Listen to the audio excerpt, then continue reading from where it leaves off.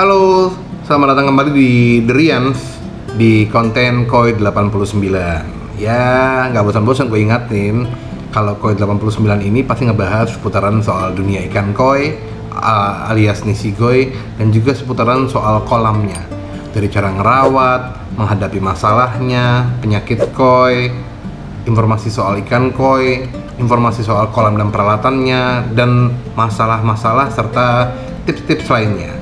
Nah, di konten kali ini gue mau ngebahas yang simpel lagi, hal-hal yang simpel tapi mungkin sangat bermanfaat buat lo dan gue yang masih amatiran ya, alias newbie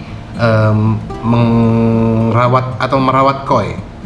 Karena jujur aja gue ini masih baru merawat koi, gue baru punya kolam yang besar dan utama baru 1,5 tahunan. Dan ikan gue campur, ada lokal ada yang Sukabumi, ada yang dari Jawa, ada yang dari Tulungagung, ada yang impor juga masih dikit kok, karena gue memang baru hobi dan gue mau mempelajari semua ikan. Jadi gue belum ada konsentrasi gue harus impor semua gede, enggak. Bagi gue ikan koi yang bagus ya bagus. Kadang-kadang ada yang bagus tapi nggak mampu beli, ya gue nggak beli juga.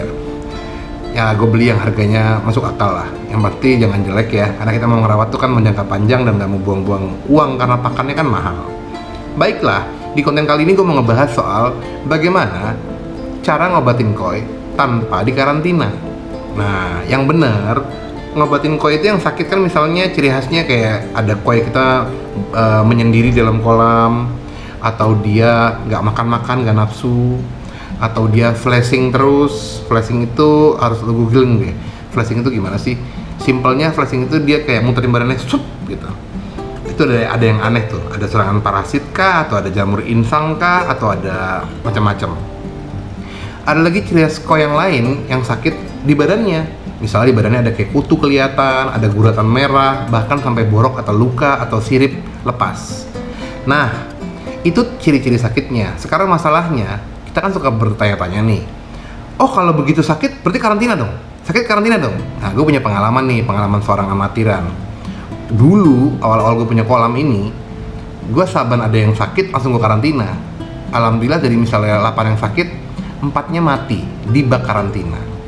Dari situ gue ambil pengalaman, oh berarti kalau nggak parah-parah amat gue obatin di kolam aja deh. Jadi maksudnya obatin di kolam, ikan koi gue itu nggak gue angkat dan gue masukin bak karantina. Karena ternyata kalau dia nggak parah-parah amat, kita angkat ke bak karantina, sebenarnya mengkarantina ikan koi itu penuh resiko. Kenapa? Airnya baru, dia kalau kaget atau stres jadi mati. Atau misalnya di bar karantina tiba-tiba harusnya di kolam dia udah agak, walaupun sakit udah agak tenang, di karantina malah nggak tenang gitu ya, jadi sakit, jadi mati.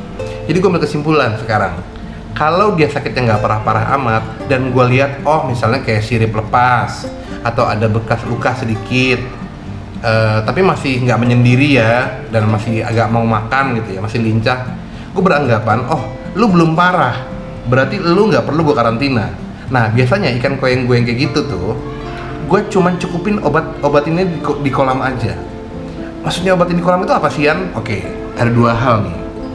Obatan di kolam itu gue yang pertama adalah ikan yang sakit, yang mana gue jaring, gue angkat, gue obatin.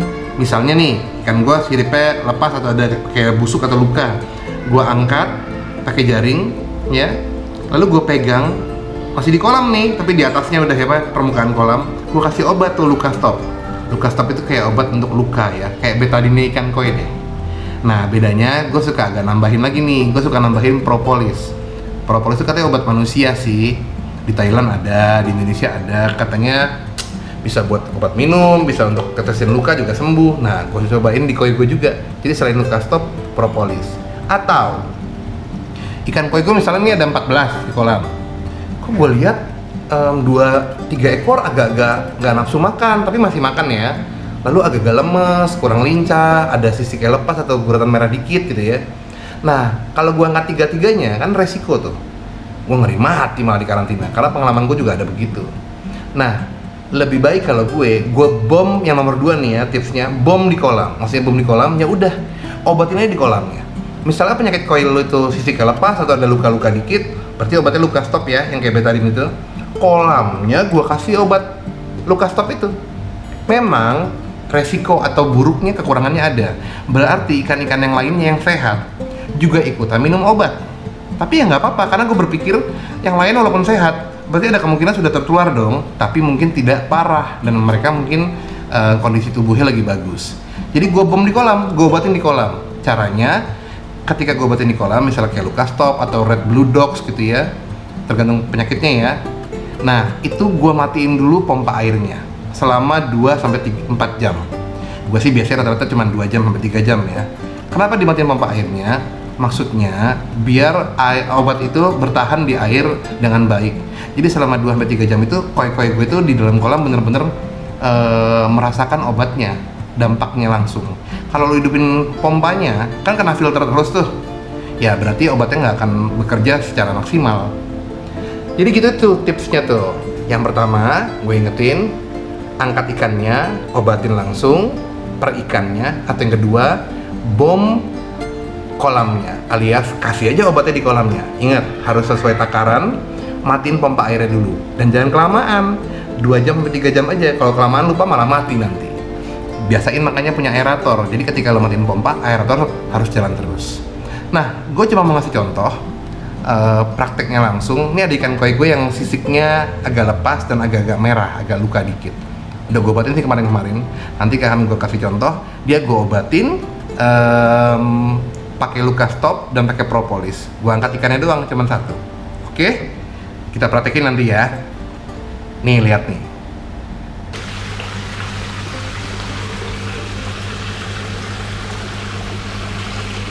Oke.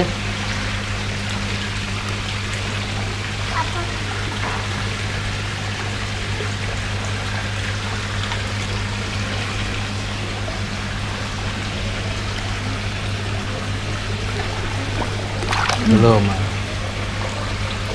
Sabar ya, Rai. Ayo, Ma. Kayak lagi, Ma.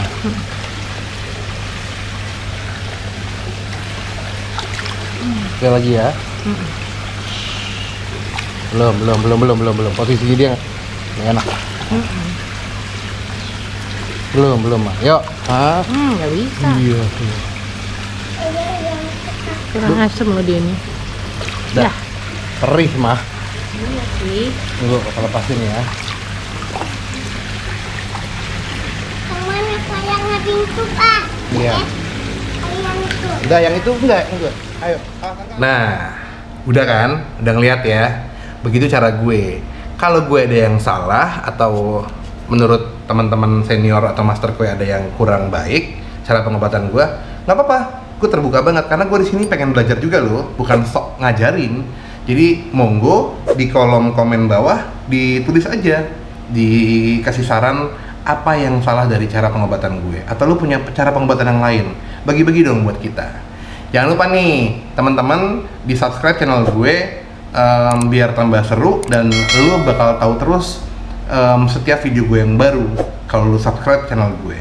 Dan jangan lupa lu juga bisa cek di atas di sisi di kartu atas tuh di video tuh ada link-link video-video gue lain tentang ikan koi yang bisa lu lihat selain video ini. Gitu aja ya. Thank you ya. Semoga berfaedah video ini. Salam Nishigoi. Cheers. Teman-teman jangan lupa like and share ya, biar kami bisa umroh sekeluarga. Terima kasih.